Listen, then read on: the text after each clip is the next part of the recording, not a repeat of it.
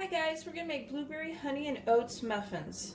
So we'll start off with the dry first. I have 2 cups of all-purpose flour, and to that I'm going to add 1/4 teaspoon of salt, half a teaspoon of baking soda, and 2 teaspoons of baking powder, half a cup of quick cooking oats, and we're just going to whisk this together,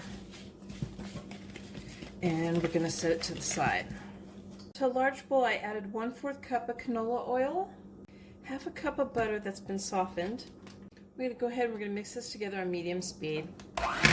So now I'm adding half a cup of honey, and I'm going to mix that in. I have light brown sugar. I have half a cup of light brown sugar that's been packed. And I'm going to mix that in now. We're going to add 2 eggs in, and we're going to mix that in until it's combined. Now 1 teaspoon of vanilla, and we're going to stir that in. So now I'm going to add the dry mixture to the wet mixture. I'm going to do it about a cup at a time. And I'm adding half a cup of milk in it in between the flour, mixing it in, just little small amounts at a time.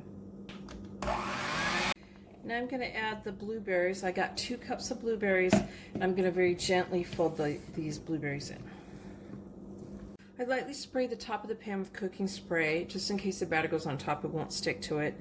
And I've lined it with the cupcake papers, and I'm going to go ahead and fill all the holes to the top. So altogether I've filled up 17 muffin tins, or muffin holes, and got my oven preheated to 400 degrees.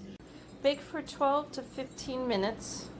Okay, I'm going to transfer them to a cooling rack and let them cool for 10 minutes. So there's my blueberry and honey and oats muffins.